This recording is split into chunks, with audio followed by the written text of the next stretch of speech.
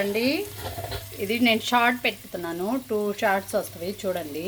ఇది నెక్స్ట్ నేను పులుసు వేసేస్తున్నాను.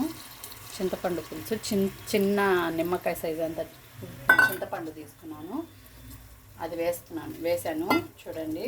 చాలా బాగుంటుంది, ట్రై చేయండి ఫ్రెండ్స్. మీరు ట్రై చేసి ఎలా ఉందో నాకు చెప్తేనే నాకు హ్యాపీగా ఉండిద్ది. నేను తినేదానికన్నా మీరు చెప్పడం వల్ల నేను ఇంకా ఏదో తిన్నా హ్యాపీగా ఉండిద్ది.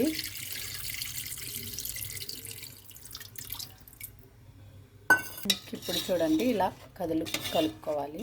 కొంచెం లైట్గా మెల్లింగా తిప్పుకుంటే చాలు. ఇందులో ఉడికి ఇవి చక్కగా ఒక చింతపండు అంత చింతపండు వేసాను, అంత సైజే టమాటా వేసాను, 2 వేసాను కదా. చాలా బాగుండిద్ది, ట్రై చేయండి. ఇంకా ఇందులో చాలా వేసుకుంటారు, నేను అవన్నీ వేయలేదు, మా ఇంట్లో తినరు కాబట్టి నాకు తోచింది నేను వేసాను. నాకు టేస్ట్గా అనిపించింది అనేది నేను వేసాను. చూడండి, ఇంకొక 10 నిమిషాలు ఆగండి ఫ్రెండ్స్. ఇలా ఉడుకుతుంది కదా, నేను ఇందాక చూపించాను కదా పౌడరు, అది వేసేస్తున్నాను అన్నమాట. దీనికి సరిపడా వేసాను, ఎక్కువ వేయలేదు తక్కువ వేయలేదు. దించే ముందన్నమాట, ఇంకొక 5 నిమిషాలు ఉడికితే సెట్ అయిపోయింది, అందుకని ఇప్పుడు వేసేస్తున్నాను. కొంచెం కూడా వేసేస్తాను.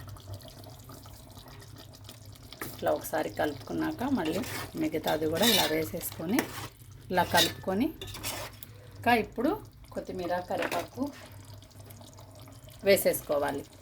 చూడండి, అది వేసేసినాక గరం మసాలా కొత్తిమీర కరివేపాకు కూడా వేసేసుకొని ఒక్క 5 నిమిషాలు, ఎక్కువసేపు అవసరం లేదు, ఒక 5 నిమిషాలు ఉడికితే చాలు. ఆల్రెడీ చేప ఉడికిపోయింది, ఇదంతా పట్టాలి కాబట్టి నేను చెప్తున్నాను.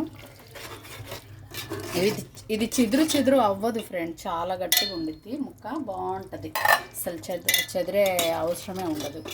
అంటే చాలా బాగుండిద్ది. మనం కడుక్కునేటప్పుడు జాగ్రత్తగా కడుక్కునే దాన్ని బట్టి కూడా ఉండిద్ది.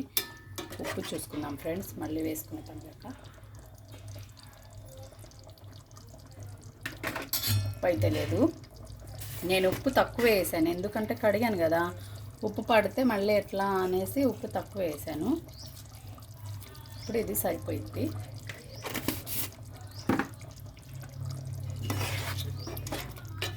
ఇట్లా ఒకసారి ఇలా తిప్పుకుంటే చాలు. కొంచెం ఇంకొక రవ్వ, ఒక 5 నిమిషాలు ఉడికితే సెట్ అయిపోయినట్టే. చూడండి, ఇంకా ఇలా సెట్ అయిపోయింది అన్నమాట. ఇలా నూనె అంతా ఇలా పైకి వస్తుంది కదా, అయితే అయిపోయినట్టే. ఇలా ముక్క